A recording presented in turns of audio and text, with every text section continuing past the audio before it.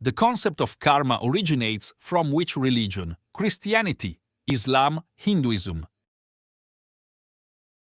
Hinduism. What is the name of the sacred text in Islam? Quran, Torah, Bible. Quran. In Christianity, the story of creation is found in which book of the Bible? Exodus, Genesis, Psalms. Genesis. What is the central religious text of Judaism? Torah, Vedas, Quran. Torah. What is achieving enlightenment called in Buddhism? Jhana, moksha, nirvana.